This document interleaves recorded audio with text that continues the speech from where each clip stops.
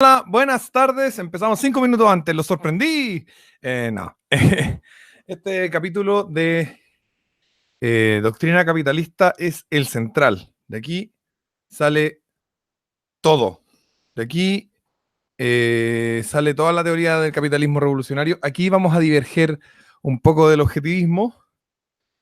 Como alguien por ahí dijo, vamos a tomar ideas de Locke, vamos a tomar ideas de Ayn Rand. Pero esta clasificación y esta forma de ordenar estas ideas es propia, es nueva y es de la doctrina, es puramente de la doctrina de capitalismo revolucionario, de la doctrina capitalista radical revolucionaria. ¿Ya? Así que vamos a partir explicando, ¿no es cierto?, el fundamento de la propiedad, que es lo que vamos a entender nosotros por propiedad.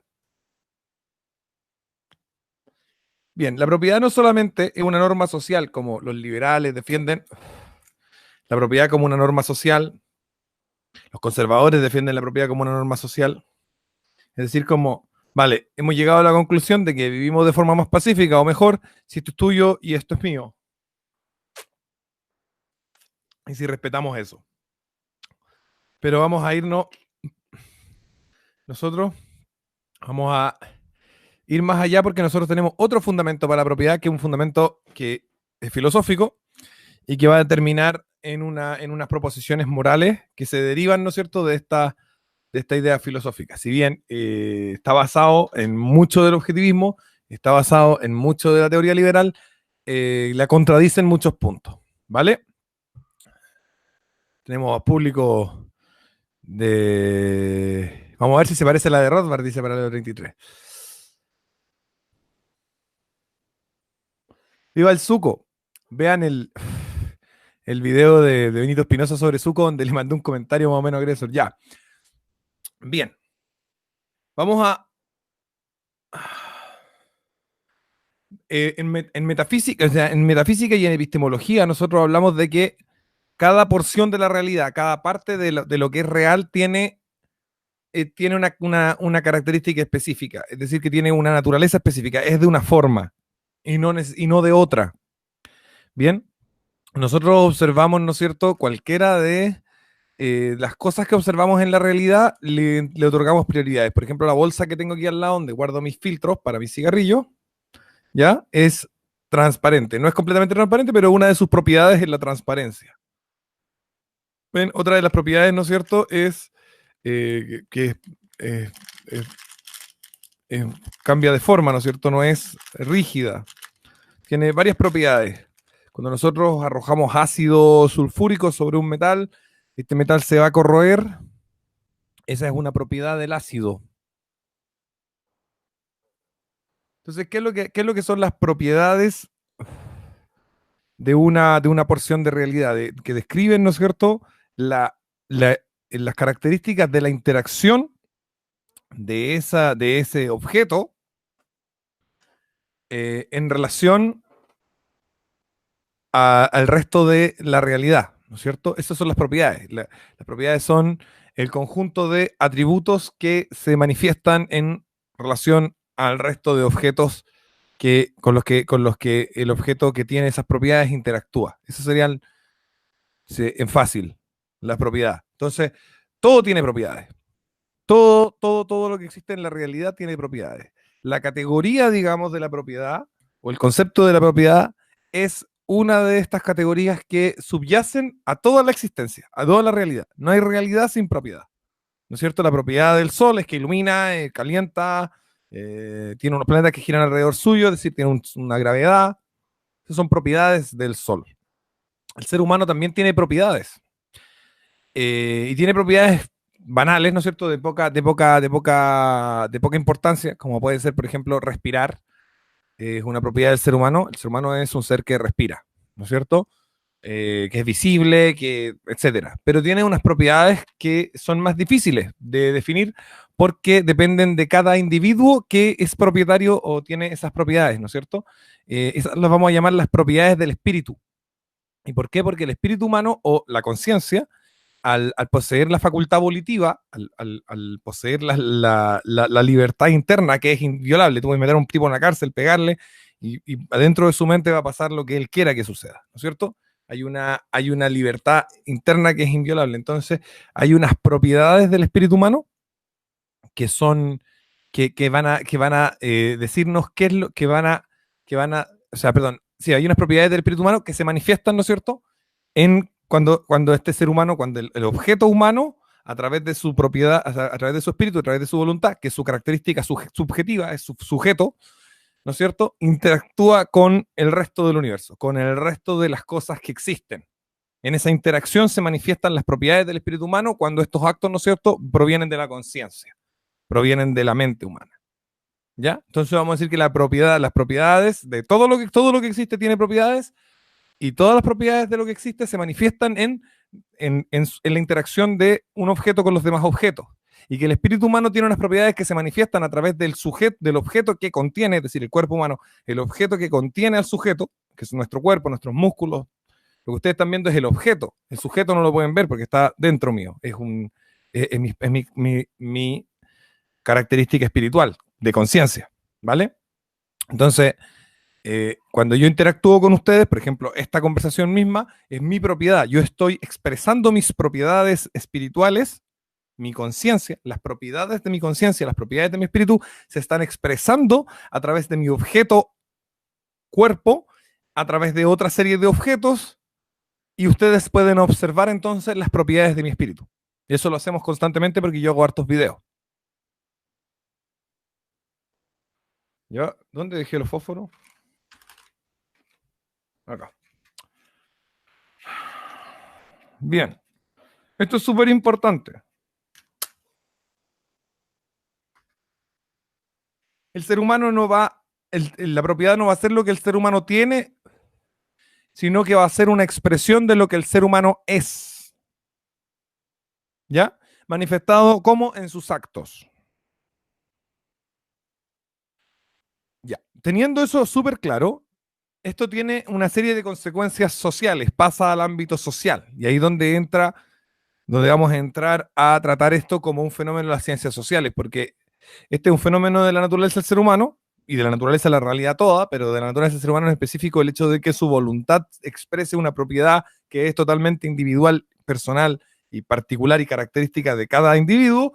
En la realidad eso tiene unas consecuencias sociales y lo vamos a traspasar, ¿no es cierto?, a una teoría ética y una teoría científico-social a través de una categorización que nosotros hicimos que nos parece como capitalistas revolucionarios que es, esto lo trabajamos también con varias personas más, estuvimos en hartas reuniones, discusiones y de desarrollo de la doctrina, donde se llegó a esta categorización o esta clasificación. Esta es una clasificación que, si bien puede parecer arbitraria, es la única que nos permite a nosotros explicar el fenómeno de las propiedades del espíritu humano en sociedad. Bien, y esa clasificación se divide en 6, ¿no es cierto? Son 6 las formas o los tipos o las clases de propiedad, que es de las 5, las clases, 6, las clases de formas en que la propiedad del espíritu humano se va a expresar en un ámbito social y en relación a los demás. No todas las propiedades son privadas. Vamos a tratar el tema de la privacidad y cuánta privacidad amerita qué tipo de propiedad. ¿Ya?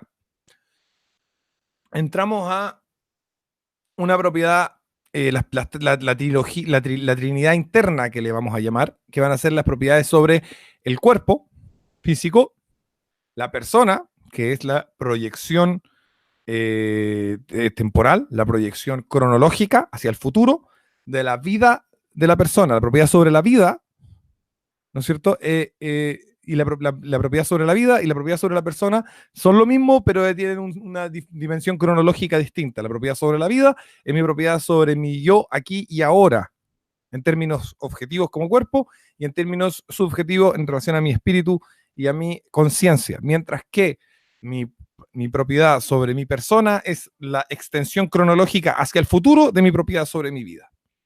¿Bien? Voy a nombrar la clasificación y después vamos a entrar, yo creo que un poco preguntas y respuestas sobre este tema. Si me mandan preguntas sobre otro tema, no las voy a pescar. Respecto de esta situación que estamos viendo, que es la dimensión o sea, lo que estamos hablando, de la clasificación de las expresiones del espíritu humano conforme su propiedad respecto del resto de la realidad. Y la trilogía externa sería lo que llamamos la propiedad responsable o la responsabilidad en sí misma, y es decir, aquellas expresiones de nuestra propiedad y espiritual que nos hacen responsables frente al resto. ¿Bien? Mi propiedad sobre actos que pasan a llevar al otro o que afectan directamente a otros y por lo tanto esa propiedad tiene una connotación de responsabilidad. Bien, luego tenemos la propiedad física, luego tenemos la propiedad espiritual misma, pura, es decir, que no entra en directo conflicto o en directa afectación hacia el otro. Entonces vamos a tener la propiedad espiritual pura, la propiedad de conciencia, que tiene que ver con mi trabajo, lo que Locke llamaba la apropiación original. Pongo una cerca, este campo es mío, luego le hago un hoyo, ¿no es cierto? Meto unas semillas, saco unas plantas, estas plantas son mías, vendo los frutos y ahí entra la tercera, que sería la propiedad social o comercial, que es donde yo, ya interactuando con otros, obtengo, por ejemplo, esos billetes. Cuando yo vendo estas manzanas, que eran propiedad espiritual mía, es decir, pura, nace, nace totalmente de mí en relación a la naturaleza, pero esos billetes no, esos billetes que me pagan son algo que el otro está entregando a cambio. Por lo tanto, hay una consecuencia que ya no es de mis actos, sino que es de unos actos mutuos. Y lo que nosotros llamamos esto del contrato, del acuerdo en el que se realiza esta interacción, esta transacción, es una comunión de conciencia. Hay una comunión de conciencia. Ambas conciencias han derivado en la misma propiedad y esa propiedad común es ese contrato de interacción en el que yo obtengo un algo de ti y tú obtienes un algo de mí.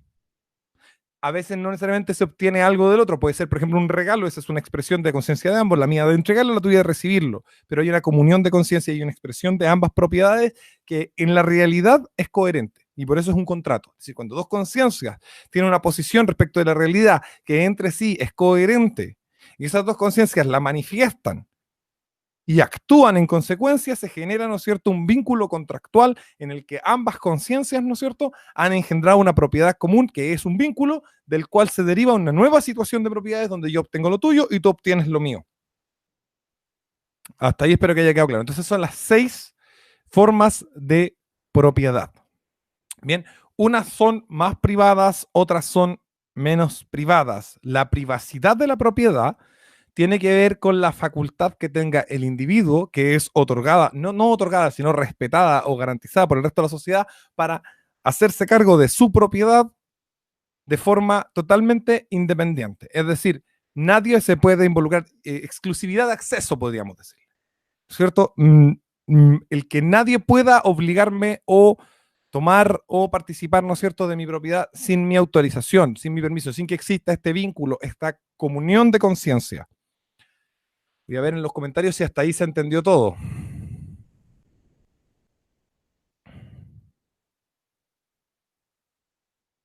Entonces se ve la propiedad como un elemento inherente al ser humano que se exterioriza con sus actos que transfieren la propiedad de elementos externos. Muy bien paralelo, exactamente eso.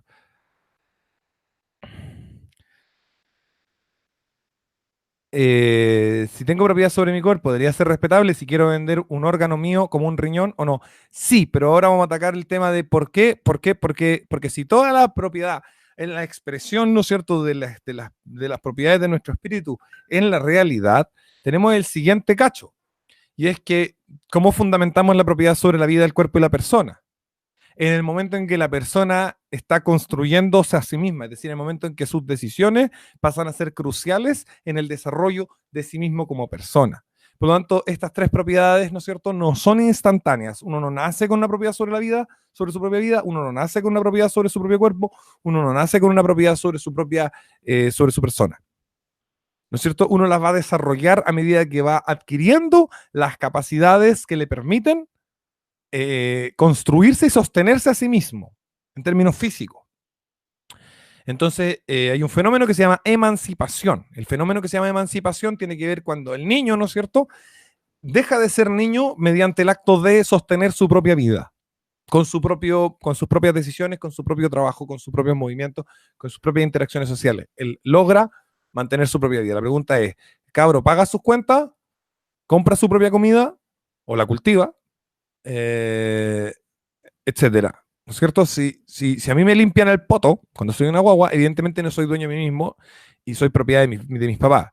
Ahora, los niveles de propiedad, los niveles de privacidad de la propiedad que uno tiene sobre sus hijos son totales, hay una privacidad total, puedo hacer lo que quiera con mi hijo, podría sacrificarlo en un ritual satánico. Evidentemente no. La propiedad sobre los hijos no es privada, ¿no es cierto? Es una propiedad que afecta directamente a otro ser vivo humano, que es tu hijo, y por lo tanto pasaría a ser parte de la propiedad responsable. Tiene niveles de privacidad, yo puedo enseñarle lo que yo quiera a mis hijos, son niveles de privacidad deseables, y se miden por deseabilidad en términos del desarrollo del niño, ¿no es cierto? Pero no son completamente privados, no puedo sexualizar a mis hijos, no puedo golpearlos de forma brutal. Algunos castigos físicos serían aceptados, pero menores, bastante menores, que no generen lesiones, que no generen daño. Es decir, son como propiedades prestadas, ¿ya? En este caso. Son prestados, ¿por qué? Porque se sobreentiende que en el tiempo van a desarrollar su propia, personalidad, van a ser su propiedad de sí mismo en el futuro, y por lo tanto, como nosotros, no, entonces ese proceso no debería ser cooptado, agredido de ninguna manera. En ese sentido, si nosotros aceptamos, y a lo que la ciencia médica hoy en día dice, y por eso yo he cambiado mi opinión respecto del aborto, que un espermatozoide que se junta con un óvulo son un ser humano vivo, nosotros tenemos que aceptar, ¿no es cierto?, el destino manifiesto de ese ser vivo humano, de convertirse en persona dueña de sí misma, y por lo tanto no podríamos, ¿no es cierto?, asesinarlo, ¿vale? Habrían series de restricciones éticas que se ordenan principalmente de manera social, pero tienen que ser observando, ¿no es cierto?, siempre el supremo bienestar del niño, etcétera. Ahora, ahí vemos un problema de privacidad, ¿no es cierto? La propiedad no siempre es 100% privada. Hay propiedad que tiene que ser 100% privada por un tema de justicia, porque no involucra a los demás. Pero hay propiedad que no puede ser 100% privada porque ya no involucra a los demás. En el sentido, por ejemplo, eh, bueno, ojo, hay un tema ahí.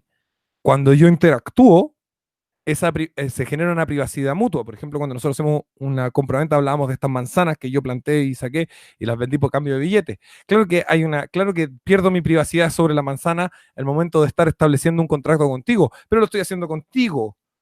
No se involucra el resto de la sociedad, lo estoy haciendo contigo. Si yo te vendo la manzana pero está envenenada, ¿no es cierto? El resto de la sociedad podría meterse porque hay una consecuencia sobre un otro.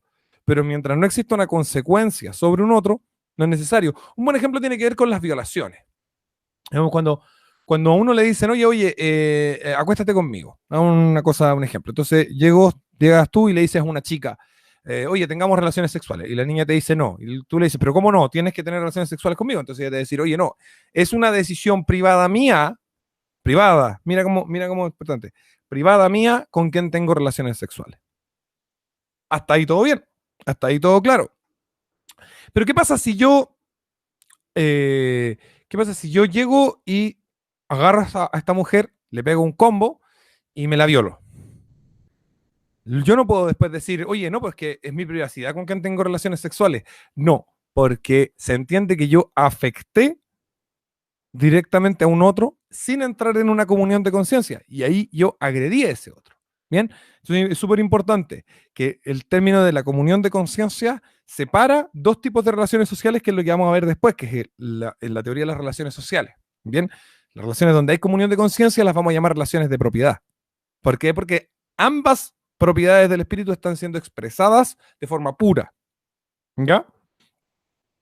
Mientras que una relación donde yo no respeto eso, donde yo agredo eso, y no tomo en consideración las propiedades de tu conciencia, sino que impongo las mías sobre ti como objeto, es decir, como cuerpo humano, o sobre los objetos que tú posees, producto de porque son expresión de las propiedades de tu conciencia.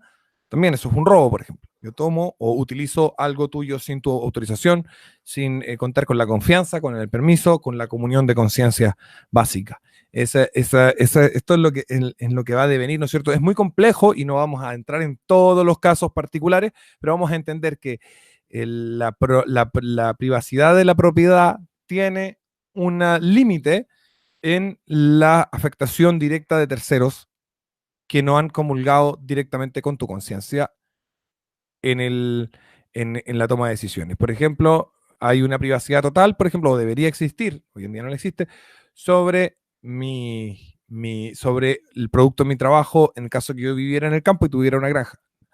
Según la teoría de capitalismo revolucionario, evidentemente, ahí no hay ninguna afectación de terceros de ninguna manera y por lo tanto no podría ni el Estado decirme te voy a cobrar impuestos sobre las calabazas que estás plantando. No hay ninguna afectación de terceros. Tienes que cumplir cierta regulación para plantar tus calabazas. No, son mis calabazas. No hay ninguna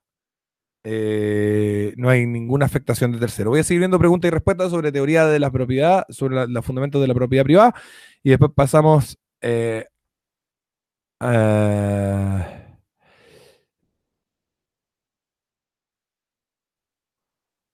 no, la privacidad no necesariamente es individual, puede existir la privacidad colectiva en el caso de la sociedad anónima. Paralelo 33 pregunta ahí. La privacidad puede ser colectiva en el caso de la sociedad anónima, lo que sí que hay una exclusividad de acceso. Si yo, esta acción, la empresa es de todos los que tienen acciones, pero esta acción que yo tengo tiene una exclusividad de acceso que es mía. Y luego, solo los que tienen acciones pueden acceder a esta empresa, por lo tanto, hay una exclusividad de acceso en términos de las personas que tengan esas acciones. Pero me refiero, es para el 33, pero me refiero a aunque sea colectivo, igual es privado. Exactamente, igual es privado. Dice Yang Yagali, cuando vendes droga no lo haces a costa del cliente, si lo obligo a comprármela, sí, pues. Pero si el cliente entra en comunión de conciencia y él dice, yo quiero marihuana, y yo digo, yo quiero billetes y tengo marihuana, se hace el intercambio, hay una comunión de conciencia, no hay una costa, no hay una afectación directa que vaya en contraposición de una comunión de, de una comunión espiritual entre los seres que están llegando a ese contrato. Todo sujeto, dice Ángela, todo sujeto debe aceptar voluntariamente la ley.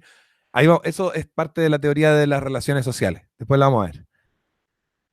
¿Por qué vender manzanas podridas está mal? No está mal si las vendes como manzanas podridas. Si yo digo, Yang, te vendo 1 kilo de manzanas podridas, y tú me dices, bueno, me las compras, está todo bien. Ahora, si yo te digo, Yang, te vendo 1 kilo de manzana y resulta que la mitad de las manzanas vienen podridas, eso se llama fraude y estoy traicionando nuestra comunión de conciencia.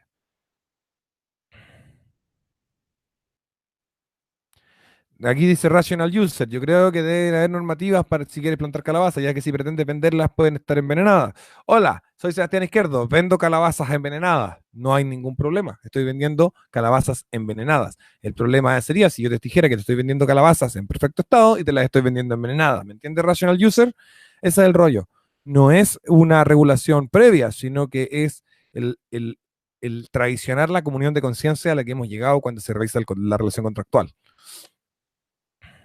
Tiene que haber una autoridad que vele por la propiedad, tiene que existir una autoridad, como la propiedad es un fenómeno complejo que tiende a conflictos entre los individuos que participan de estas relaciones, tiene que existir una autoridad que dirima esos conflictos y castigue a quienes violan la propiedad del otro.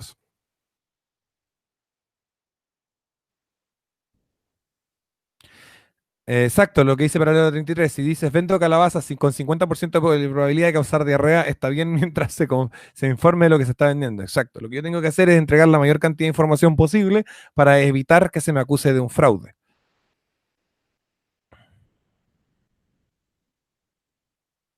Exacto, lo que dice Orozco Tavier. Yo puedo querer comprar manzanas envenenadas para matar ratones, mientras digan y se señale que tiene veneno, no debería haber problema. Seba, un argumento muy común de los ecologistas, que normalmente son socialistas. La propiedad privada es un atentado contra la madre tierra. Es que yo no conozco la madre tierra, tendrían que explicarme quién cresta es la madre tierra. Por ahí hay un problema de que no han probado que haya tal cosa, tal entidad como madre tierra, ¿no es cierto? La valoración que existe del planeta tiene que es en relación a las necesidades del ser humano, y ahí hay un problema de falacia de concepto robado. Cuando a mí me dicen el mundo estaría mejor sin seres humanos, yo le preguntaría, ¿mejor para quién? ¿Bien? El concepto de mejor es un concepto que presume preasume la existencia de seres humanos para los que va a estar mejor. Si tú me dices el planeta Tierra va a estar mejor sin seres humanos, entonces estás negando el concepto previo del cual surge tu concepto posterior. Lo hablamos en epistemología. Por favor, no me hagan volver tan atrás.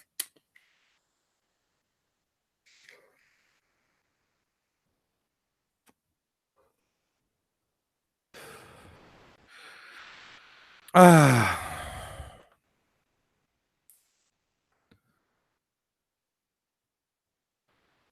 Dice Stark Carmesí, está bien, pero me parece demasiado compasiva tu doctrina, eso de ver a todos iguales en derechos. Si este no es un problema de derechos, Stark, estamos hablando de que los seres humanos, en tantos seres humanos, esto después lo vamos a bajar un poco a la práctica en muchos temas, porque por ejemplo ahí vamos a entrar en el tema de lo que es la patria, vamos a entrar en el tema de lo que es, ¿no es cierto?, un Estado-nación y cómo esto, ¿no es cierto?, se ve afectado por la necesidad práctica organizativa del ser humano en Estados-naciones funcionales, es decir, de gente que comparte un idioma y una cultura.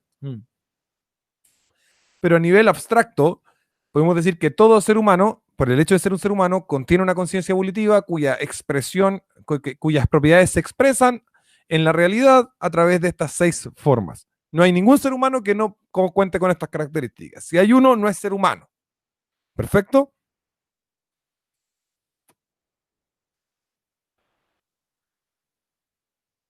Ahí como dice Francisco Cotavie, no fuiste transparente en la venta, por lo tanto pasaste a llevar a otro individuo. No, lo que hiciste fue traicionar la comunión de conciencias que se había establecido. Y como bien sabrán los que han estudiado Derecho, un contrato es sagrado. Ahora, un contrato nosotros lo vamos a definir como una comunión de conciencia. Como dice Raúl Cortés, no robarás, no codiciarás nada de tu prójimo. Esa es ley de Moisés, exacto. Y nosotros lo que hacemos es profundizar mucho ese mandamiento, porque no robarás es súper importante, pero no robarás no significa no tomar algo del otro. Por ejemplo, también no obligar al otro a tener, por ejemplo, el pasto de su casa corto. Oye, tienes que cortar el pasto de tu casa, te obligamos con una ley. Eso también es robar. ¿Bien?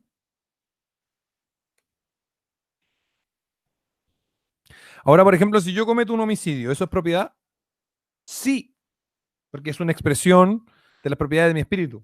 Luego, esa es propiedad responsable, no es propiedad y no es privada. En el momento en que yo realizo este acto de matar a otro, afecto, ¿no es cierto?, las propiedades de la conciencia de un otro, y al afectarlas directamente, me encuentro frente al problema de que todas las demás conciencias se sienten bajo amenaza y obviamente me van a estar... No me gusta la palabra coacción, Francisco. Es una palabra que es muy vaga. Aquí nosotros hablamos de la expresión de las propiedades de la conciencia y la comunión de conciencia. Ahora, en el caso de, estamos hablando de, estamos hablando del tema de que, claro, yo soy propietario de mi asesinato, yo maté a alguien, yo soy propietario de mi asesinato. Perfecto. Ahora, he puesto en amenaza a todos los demás individuos de la sociedad en la que participo de que yo soy una persona que es capaz, ¿no es cierto?, de destruir las propiedades de la conciencia del otro. Es decir, que los otros tienen el derecho y el deber, en defensa de sus propias de las propiedades de su propia conciencia, de hacer algo conmigo, ¿no es cierto? Porque yo ya me he puesto como una amenaza para el resto. Y además de impartir justicia, es decir, de establecer un castigo que sea proporcional al daño que yo estoy realizando a las conciencias de otro. Entonces, robar, matar, todas esas cosas, evidentemente, atentan son propiedad de uno. Si yo robo, estoy expresando las propiedades de mi espíritu. Las propiedades de mi espíritu son como la mierda, soy un ladrón. Ahora, ¿cómo se soluciona eso? Se castiga. ¿Por qué? Porque son propiedades de la conciencia de uno que afectan directamente de forma dañina, de forma gravosa, y con dolo las propiedades de la conciencia de un otro.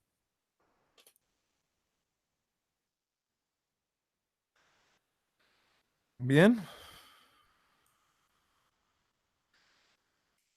Vamos a pasar a la teoría de las relaciones sociales.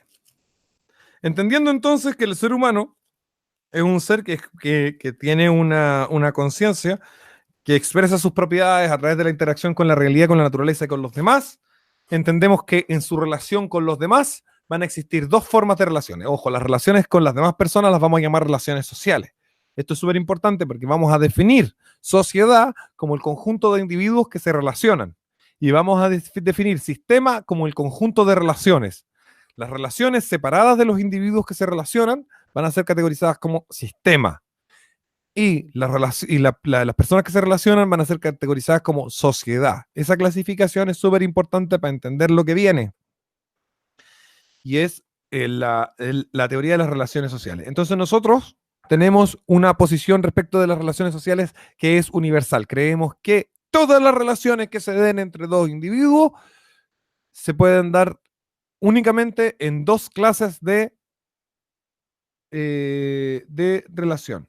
Una relación es la relación de propiedad, que como ya lo dije, es aquella que, entrando en relación con el otro individuo, ambos van a respetar completamente, ambos van a mantener, van a entrar en relación única y exclusivamente en comunión de conciencia, existiendo una comunión de conciencia. Estamos de acuerdo, yo con fulanita, de tener relaciones sexuales y las tenemos, hay comunión de conciencia, esa es una relación de propiedad. Yo quiero tener relaciones con fulanita, fulanita no quiere tener relaciones conmigo, la violo, es una relación de poder. Las relaciones de poder son aquellas donde no se ha respetado, no se ha respetado, digamos, no se me ocurre un sinónimo más adecuado, las propiedades de la conciencia, las propiedades espirituales del otro. Bien, esas se llaman relaciones de poder. Bien.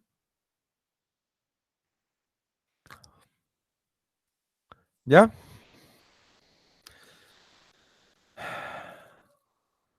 Todas las sociedades, no hay sociedades que no puedan tener estos dos tipos de relaciones. Las sociedades, eh, todas las sociedades tienen relaciones de poder y todas las sociedades tienen relaciones de propiedad. En la postura, digamos, de la izquierda nueva y de gran parte de la derecha actual respecto de las relaciones sociales, nosotros observamos que se va a llamar capitalismo a aquel sistema donde las relaciones sociales de propiedad van a ser hegemónicas, es decir, que son las que más se repiten y las que se encuentran absolutamente en todas partes. A eso le va a llamar capitalismo hoy en día a la gente. Nosotros vamos a ir contra esa definición, pero la gente le llama capitalismo hoy en día a una situación donde las relaciones de propiedad son hegemónicas, es decir, son las que más se dan. Y un sistema, o sea, un sistema socialista sería donde las relaciones de poder son hegemónicas, es decir, donde más se dan. También se le dice totalitarismo, etcétera. Todo socialismo, en el fondo. Entonces, hay las relaciones de poder y las relaciones de propiedad. Cuando hay más relaciones de poder que relaciones de propiedad, lo llamamos socialismo, caso Venezuela. Donde hay más relaciones de propiedad que relaciones de poder, le llamamos capitalismo, caso Chile. Pero hay un problema con eso, hay un problema con esa definición. Y esa definición, el problema que tiene es que no da cuenta de lo que nosotros vamos a llamar el orden de subordinación de las relaciones sociales. Entendemos que en una sociedad dada, el sistema jerarquiza los tipos de relaciones, estableciendo un tipo de relaciones por encima de otras. Por ejemplo, en Chile, lo que más se ven son relaciones de propiedad, pero esas relaciones de propiedad existen dentro de un marco establecido por unas relaciones de poder y no pueden salir de ese marco de relaciones de poder. Es decir, que las relaciones de poder, a pesar de ser minoritarias, subordinan, mandan, generan el espacio de las relaciones de propiedad. Es decir, en Chile, es cierto, podemos hacer negocios de la forma que queramos y normalmente la gente lo hace, pero si yo quiero vender mi riñón, como decían más arriba, entra el Estado, entra el sistema en sí, con toda su brutalidad, y dice, usted no puede vender su riñón. Entonces, mis relaciones de propiedad, si bien son hegemónicas, están subordinadas a las relaciones de poder. Las relaciones de poder mandan sobre mis relaciones de propiedad. ¿Bien?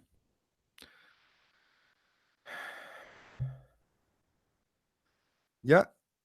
La revolución capitalista, ¿en qué consiste? Bueno, en términos de política, normalmente en ciencias políticas vamos a llamar a una revolución, a un cambio que hace que lo que estaba abajo pase a estar arriba y lo que estaba arriba pase a estar abajo. En el caso, por ejemplo, de la revolución marxista, se entiende que los burgueses estaban arriba y los proletarios estaban abajo, y, y esto se da vuelta, ¿no es cierto? Los proletarios pasan a estar arriba y los burgueses pasan a estar abajo, la dictadura del proletariado, porque la democracia liberal, según la teoría marxista sería una dictadura burguesa. Bien, hay una revolución ahí. Pasa de la revolución de la dictadura burguesa, que es la democracia liberal, que queda subsepultada y se establece la dictadura del proletariado. Hay una inversión de un orden de subordinación. Los que mandaban pasan a obedecer y los que estaban obedeciendo pasan a mandar. Eso es una revolución. Mm. Hay una muy buena pregunta ahí sobre si la revolución capitalista debe ser armada. Alexander Solovinov, te pido que me la tires para más ratito porque déjame ordenar un poco esto, ¿ya? ¿Qué es lo que pasaría a suceder si establecemos esta relación capitalista? Lo que pide la revolución capitalista es una inversión del orden de subordinación de las relaciones sociales. Vemos que hoy en día en el mundo, tanto en los países llamados capitalistas como en los países llamados socialistas, las relaciones de propiedad, sean hegemónicas o no, se encuentran subordinadas a relaciones de poder. Es decir, que los que realmente mandan, las que realmente determinan a las otras son las relaciones de poder. Las relaciones de propiedad se dan en un marco permitido, admitido, establecido, construido desde relaciones de poder. Bien, en cambio las relaciones de poder campan a sus anchas. Tienen algunos límites constitucionales, lo que tú queráis, pero en el fondo son las que mandan, son las que van a, digamos, permitir. Nosotros no hacemos, nosotros en Chile no compramos y vendemos, no nos relacionamos libremente porque sea previo a no porque ese tipo de relaciones de propiedad sean, sean superiores o estén por encima de las relaciones de poder, sino porque las relaciones de poder que hemos establecido aquí permiten, lo que significa que podrían no hacerlo, ese tipo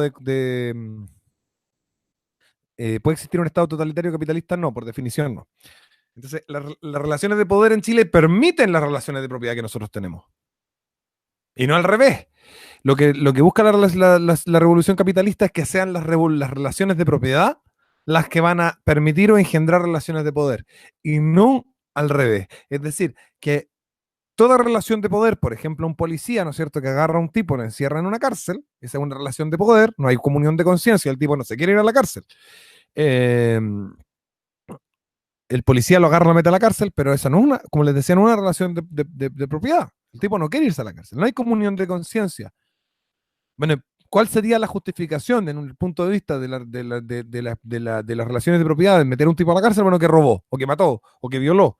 Es decir, que un Estado que solo defiende la propiedad privada es un Estado que está puesto, es una estructura de relaciones de poder que se encuentra subordinada, que se encuentra construida por debajo como una respuesta o como un espacio permitido por las relaciones de propiedad.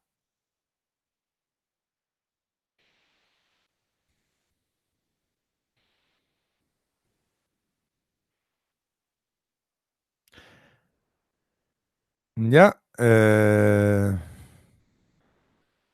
Ay, ay, ay, se inventaron una discusión sobre compensaciones jurídicas y no sé qué. Paralelo, un día vamos a conversar esos temas. Ya lo tengo medio agendado para una entrevista.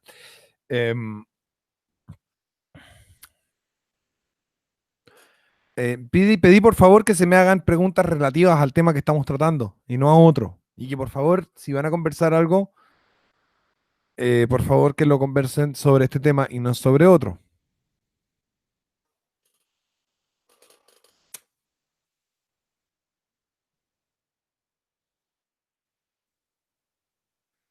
Luego, Francisco Noy. Esto se comunica con la otra pregunta que yo quería responder. Francisco Noa dice: ¿qué significan apellidos como Rockefellers, Rothschilds, Walbrook, Soros, Morgan, etcétera? ¿Serían anticapitalistas? De alguna manera sí. Y esto es lo otro que quiero explicar. En la revolución capitalista me dijeron: oye, la revolución capitalista tiene que ser necesariamente violenta. Y la pregunta no es esa, porque en el fondo nosotros no definimos los marcos de violencia o no violencia que vaya a tener la revolución capitalista. La revolución capitalista es un ejercicio de legítima defensa colectivo para engendrar esa soberanía individual que nos entregan las relaciones de propiedad. ¿Ya? ¿Cuál sería la justificación para la intervención estatal en relaciones particulares voluntarias? Esa es una pregunta estructurada desde un lenguaje liberal, la voy a traducir a un lenguaje capitalista. ¿Cuál sería la justificación para que las relaciones de poder participen o se involucren en relaciones de propiedad en las que las propiedades de la conciencia de cada individuo participante se ven expresadas y respetadas, ninguna, ninguna justificación. El asunto sería si es que esas relaciones de propiedad, por ejemplo, yo te contrato a ti para que mates a que no piensen por ti, yo contrato a Paralelo 33 para que mate a que no piensen por ti. Ahí hay una tercera conciencia que no está en comunión con la nuestra y por lo tanto el Estado tendría que involucrarse, pero eso es porque estamos añadiendo una tercera conciencia, pero en caso de que todas las conciencias que participen de la acción se encuentren en comunión, el Estado no debería participar de ninguna manera y ningún poder, ninguna relación de poder debería involucrarse.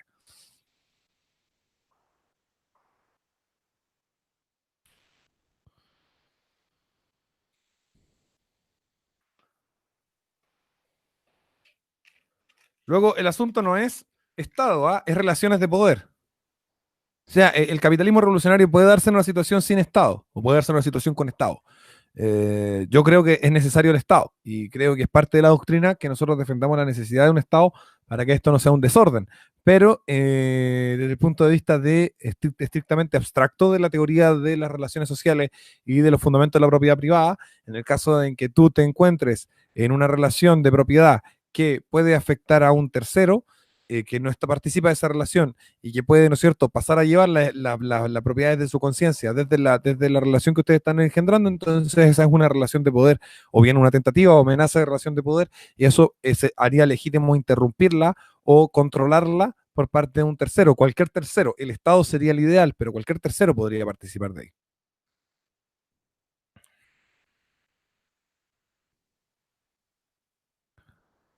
El Estado no es un sistema de organización, el Estado básicamente es una forma de ordenar las relaciones de poder para darles para subordinarlas a algo. Hoy en día, el Estado subordina sus relaciones de poder a lo que llamamos una democracia representativa, ¿no es cierto? Entonces, todo lo que hace el Estado viene de la Constitución, las leyes, los congresistas, los políticos, etcétera. De ahí baja y el Estado aplica en la realidad. Entonces, el Estado es una forma que tenemos las sociedades humanas de subordinar las relaciones de poder, ¿no es cierto? El capitalismo revolucionario busca que esas relaciones de poder estén subordinadas a las relaciones de propiedad, primero, y después podríamos tener una democracia representativa, pero con esos límites. ¿Bien?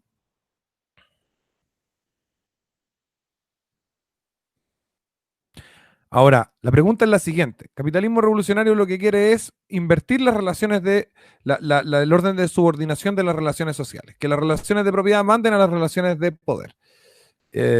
Hay personas que, como decía Macarría Rockefeller, no sé cuánto, y nombraría varios más yo, que no van a querer, que tienen mucho poder producto de las relaciones de poder, por ejemplo, las engendradas por la banca central, las engendradas por las regulaciones, que el gobierno, no sé, pues compre condones, todas esas cosas le generan, o el aborto, etcétera, todas esas cosas le generan enormes ganancias a ciertos grupos y a ciertas personas. La pregunta es la siguiente: ¿esas personas van a permitir que se invierta el orden de subordinación de las relaciones sociales de forma pacífica? Nosotros creemos que no. Pero no es un problema de que nosotros queramos hacer una revolución violenta porque se nos gana gana, porque queremos matar gente y tenemos sed de sangre. Si nosotros pudiésemos y se nos permitiese establecer unas relaciones de propiedad que pasten por encima de las relaciones de poder, establecer eso, invertir el orden de subordinación de las relaciones sociales, hacer que todas las relaciones de poder que se den en nuestra sociedad, en este caso Chile, eh, estén subordinadas a las relaciones de poder en nuestro entorno, ese orden de subordinación que nosotros queremos establecer significa una pérdida para personas que históricamente han defendido de forma bastante violenta sus ganancias y sus beneficios producto del orden de relación, del orden de subordinación existente. Por lo tanto, entendemos que esa violencia no es algo que nosotros buscamos, sino que es necesaria por la misma acción de quienes van a defender su status quo. ¿Bien? Es decir, si se nos permitiese, si se abriese el espacio en el que nosotros pudiésemos invertir el orden de subordinación de las relaciones sociales en un país determinado, sin que nadie de estos tipos poderosos ejerciese una resistencia violenta, podríamos tener una revolución capitalista pacífica. Pero a mí me parece que eso entra dentro del mundo ingenuo de los libertarios. Nosotros no somos ingenuos, nosotros sabemos que tenemos enemigos, enemigos poderosos, entendemos que existe el mal y que existen los malos, y por lo tanto los malos van a siempre oponerse a los buenos y tratar de perpetuar todos sus espacios de poder pasando por encima de los derechos de las personas. Desde nuestro punto de vista, ¿existe gente mejor que otra? ¿Existen personas que son más bacanes que otras? Por supuesto que sí, pero eso no se manifiesta de manera jurídica, sino que se va a manifestar en la realidad misma. Hay gente que va a prosperar más, gente que va a prosperar menos, personas que van a tener unas propiedades de su conciencia y de su espíritu que son magníficas y otras que van a tener propiedades de su conciencia que son asquerosas. Así es la vida. ¿Sería esta doctrina compatible con un sistema como el anarcocapitalismo? Como doctrina abstracta, sí, pero el capitalismo revolucionario entiende que la subordinación práctica de las relaciones de poder en pos de las relaciones de propiedad exige que las relaciones de poder se encuentren organizadas de alguna manera. Y de ese sentido, un Estado facilita bastante la cosa.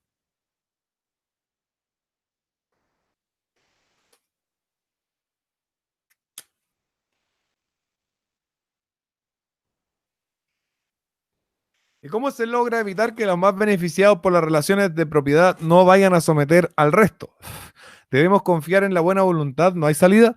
No. Debemos confiar en que en una población que esté preparada para defender su propiedad. Y por eso nosotros creemos en un principio que es de los anarquistas rusos que se llama la revolución permanente. Nosotros defendemos y ejercitamos lo que es la revolución permanente. Creemos que una sociedad que es activista por sus derechos de propiedad mantiene constantemente en jaque cualquier intento de intrusión de las relaciones de poder sobre las relaciones de propiedad. Todos con armas, como dice Starke. Muy bien.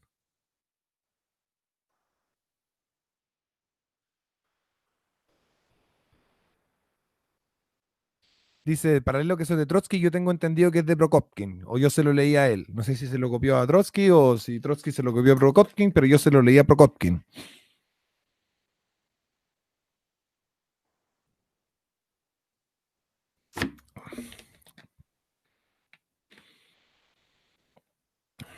Yo estoy practicando con una Glock de 9 milímetros, una masa, buena pistola, ¿eh? Ponte un pino wave. Ya, chiquillos, entonces eso sería más o menos este capítulo de Doctrina Capitalista. Quisiera saber si hay más preguntas respecto al tema, ¿no es cierto?, de los fundamentos de la propiedad privada y la teoría de las relaciones sociales.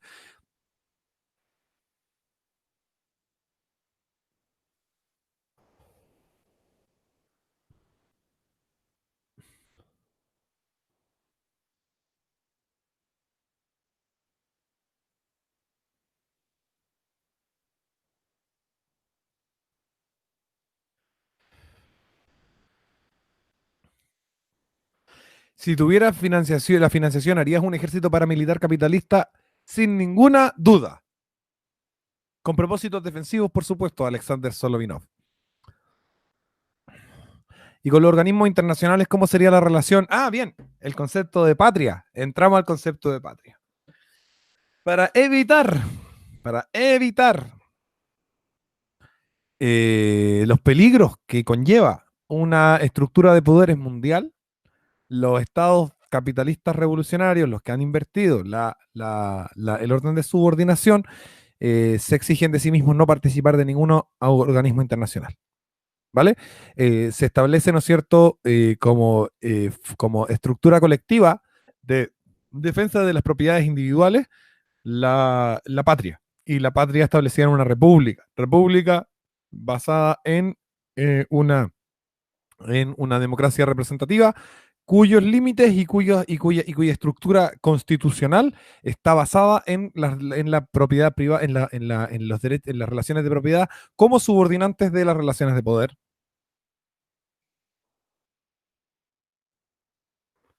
¿Ya?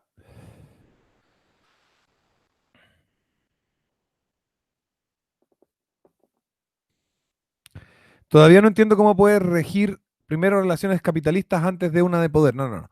Es que las relaciones de poder están subordinadas a relaciones de propiedad. No es que las relaciones de capital de propiedad se encuentran previas. No es un tema cronológico. es que las relaciones de capital subordinan, las relaciones de propiedad van a subordinar, van a estar por encima, van a decir cómo se van a dar las relaciones de poder. Las relaciones de poder legítimas van a ser las que no agredan, las que no agredan la comunión de conciencia, ¿no es cierto? La comunión de conciencia de la que hablábamos antes.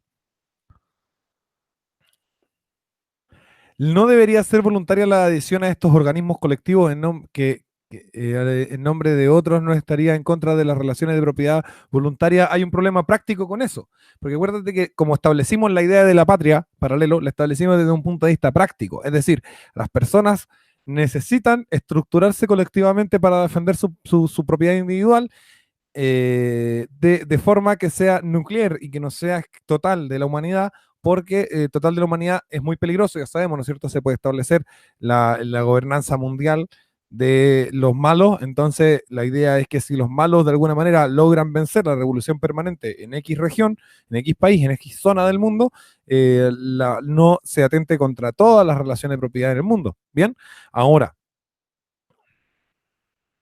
¿algún libro que hable sobre las relaciones de propiedad? Partí diciendo que esta es una teoría principalmente de capitalismo revolucionario. Nuestro manifiesto todavía no está listo. No hay donaciones suficientes como para poder tener tiempo para sentarme a escribir tranquilo. Así que espérense harto rato hasta que esté listo, ¿ya? Eh, Respecto de lo que estábamos hablando. Entonces, ¿qué pasa? Que hay un problema práctico.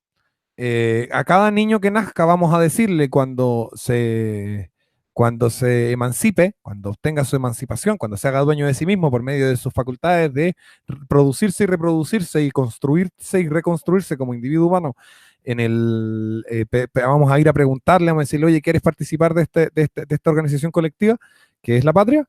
No podemos, no podemos. Y además no podemos negar la realidad cultural y de idioma desde la que las patrias surgen. Las patrias no surgen tampoco por a capricho, surgen por una realidad cultural e idiomática. Es decir, que las personas que participan, que cuando yo me relaciono con chilenos, me entiendo con los chilenos, ¿se entiende o no? Entonces las sociedades se organizan de una manera que permite, ¿no es cierto?, la interacción de forma más fácil.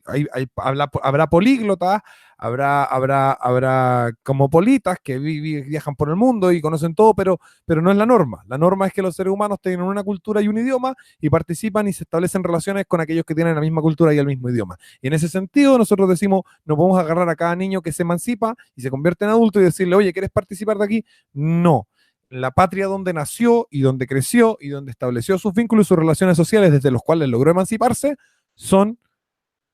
es la patria que le corresponde y le pertenece, a la que puede renunciar si desea y irse a otro lado, como en todo el mundo hoy en día, que tú puedes irte a vivir a otro país, renunciar a tu nacionalidad previa, adquirir la nacionalidad nueva, todo ok, pero pero lo natural es que no se pueda pedir esa adición por un problema práctico, ¿no es cierto?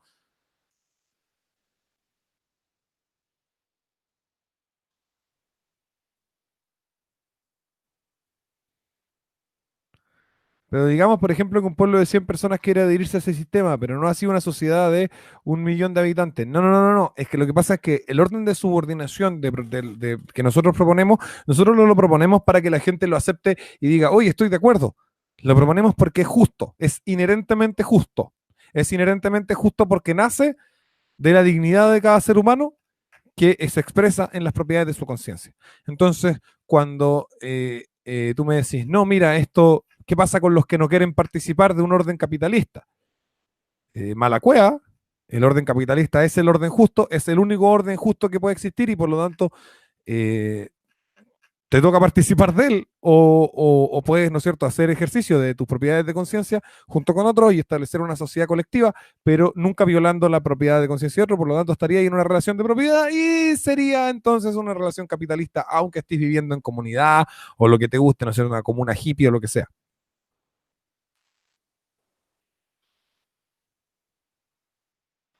Entonces se puede violar la propiedad de una persona por el bien común de crear la patria.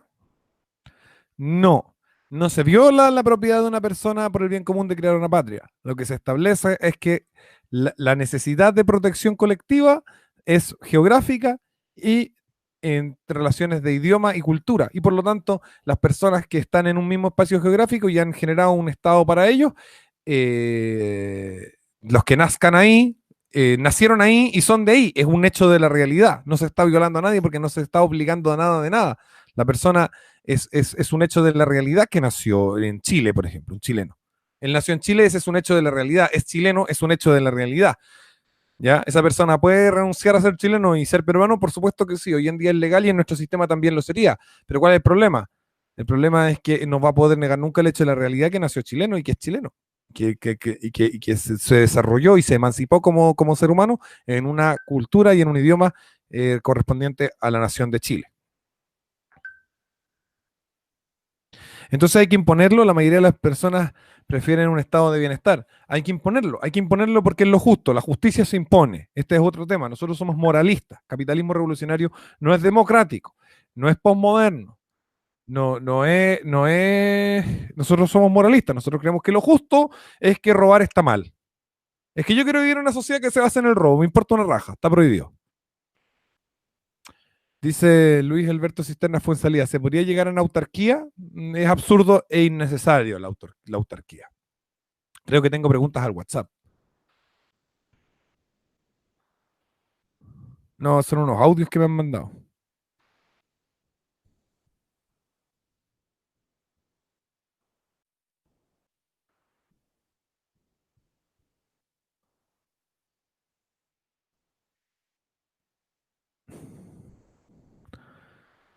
Ya, creo que estamos listos. ¿Alguna otra pregunta interesante? Tenés que conseguirte un amigo que te mantenga como Engels, pero capitalista. Así vas a poder escribir el manifiesto tranquilo. Es cierto.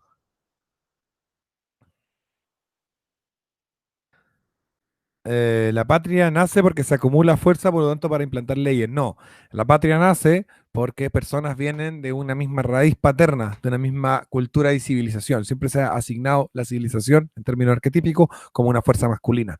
Entonces, cuando tú surges de una civilización, de una misma cultura, de una misma estructura de costumbres y de formas, entonces eres de una patria. Eso es patria.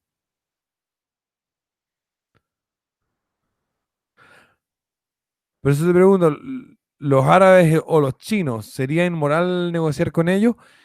El Estado tiene por función defender la propiedad privada de todos y una de las cosas que podría hacer sería, por ejemplo, prohibir que los chinos pongan empresas en Chile. ¿Por qué? Porque sus empresas están controladas por su Estado y su Estado es una amenaza para todos. Tiene que defender no solamente de las agresiones en sí, sino de las amenazas de agresión que sean creíbles. Me dicen, si te aparece un Engels, ojalá no te tardes tanto como el flojo de Marx. Ah, a mí me encanta trabajar. Seba, ¿en qué te distancias con Ayn Rand? Ayn Rand cree que vamos a convencer a todo el mundo de la justicia de la propiedad privada. Yo creo que nosotros tenemos que imponer eso. En ese sentido me acerco más a Pinochet. Este es el sistema justo, esto es lo correcto, se impone. ¿Bajo qué condiciones tiene que suceder la revolución capitalista? La revolución capitalista exige que se despierte la conciencia de aquellos que en las relaciones sociales de clases se encuentran oprimidos por las relaciones de poder, que son hegemonizadas por ciertos grupos, como las clases político-burocráticas, y necesitan, ¿no es cierto?, haber una gran despertar y una alianza que se levante contra las relaciones de poder y establezca su autonomía. Lo que el lema que nosotros tenemos es que es la soberanía individual, rebeldía colectiva, es decir, que nuestra soberanía individual, o bien dicho, el hecho de que las relaciones de propiedad pasen a ser subordinantes, exige un ejercicio colectivo de rebelión.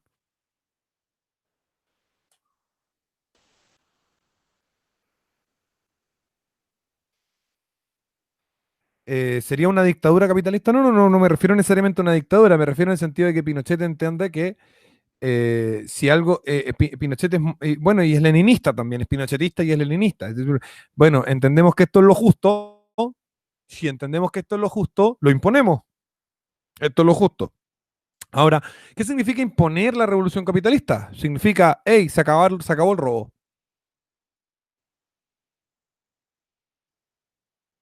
Hola Sebastián, ¿podría el presidente gobernar a punta de decreto presidencial y pasar del Congreso? En una sociedad capitalista creo que sería difícil porque existiría una estructura o lo que estamos diseñando también, que es muy importante, que va para otra charla, que es una estructura de mecanismos a través de los cuales las relaciones de poder se ven impedidas de violentar a las de propiedad. Luego, si el presidente saca un decreto o no, la constitucionalidad y la legitimidad de ese decreto va a depender de si viola o no viola los derechos de propiedad, si viola o no viola las relaciones de propiedad.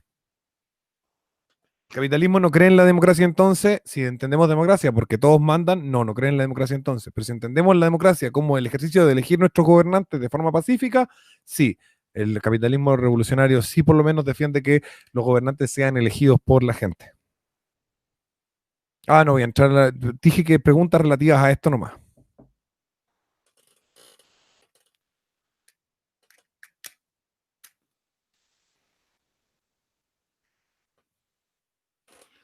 Quiero que se entienda que en una sociedad capitalista las leyes o directrices del Estado que pasen a llevar las relaciones de propiedad no pueden siquiera ser discutidas en el Congreso. Están fuera de la constitucionalidad del Estado. Están fuera de la constitucionalidad, están fuera de la ley, están fuera de todo.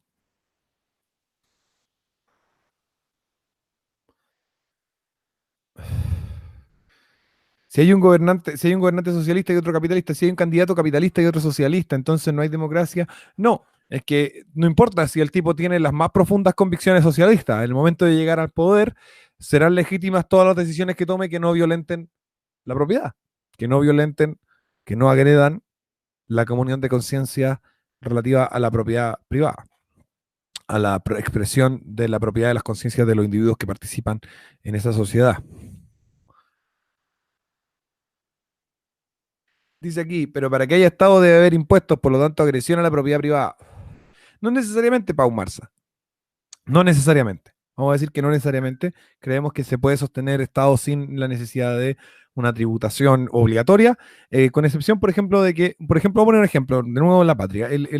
La nación, en la patria, es una instancia en la que colectivamente nos hemos organizado para proteger o defender las relaciones de propiedad de quienes son compatriotas, de quienes son ciudadanos, de quienes participan, ¿no es cierto?, de esta cosa. Entonces, nosotros podríamos cobrar impuestos, por ejemplo, a todas las inversiones extranjeras. Esos impuestos serían legítimos porque un extranjero no tiene por qué invertir acá. Si quiere, lo hace, si no quiere, no. Podemos cobrar menos impuestos de lo que le cobrarían en su país, y ese es muy buen negocio. Él sale ganando y nosotros salimos ganando porque obtenemos su dinero, tanto para nuestro Estado como para nuestros negocios, pero no como él tiene la libertad en el ejercicio de su conciencia de traer o no traer su dinero, entonces no estaríamos haciendo una tributación voluntaria, o sea, obligatoria, sino que sería voluntaria. Entonces, podríamos decir, todos los capitales extranjeros tienen, por ejemplo, un impuesto del 2% en sus ganancias. Eso es muy poco impuesto y todos los demás países cobran más. Por lo tanto, si en Chile hay una revolución capitalista y establecemos esa carga tributaria para la inversión extranjera, probablemente nos llenemos de inversión extranjera. ¿Podemos decir que ese impuesto es obligatorio? No, porque aquel inversionista extranjero no está obligado a traer su plata acá, la puede dejar en su país donde le van a robar más.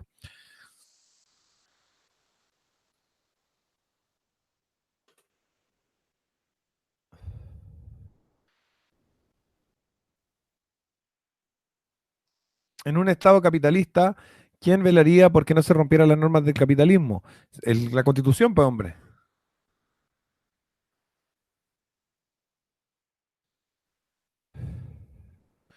Hoy en día el Estado chileno considera el país como su propiedad, exacto.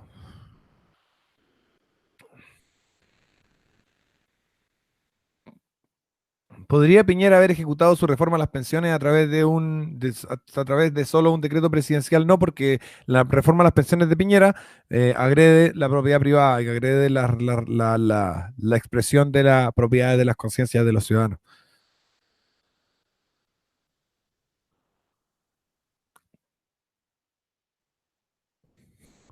Ya chicos, estamos terminando, se acaba eh, este capítulo de Doctrina Capitalista. Ahora sí que sí, creo que no hay más preguntas relevantes. Se entendió entonces este es el punto central de capitalismo revolucionario. Si entienden esto y están de acuerdo con esto o lo aceptan, ¿no es cierto?, como lo justo, entonces eh, son capitalistas revolucionarios. ¿Vale?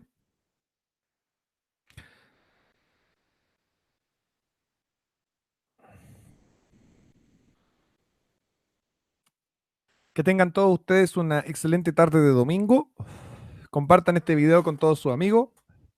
Voy a cortar el principio donde está todo negro y todo lo demás, esa como una hora que estuve ahí, porque para que quede más fácil de ver, y lo voy a meter en la lista de reproducción de Doctrina Capitalista. Seguimos después, vamos a tratar el tema de la banca con John Cobbin uno de estos días. Un abrazo, chao.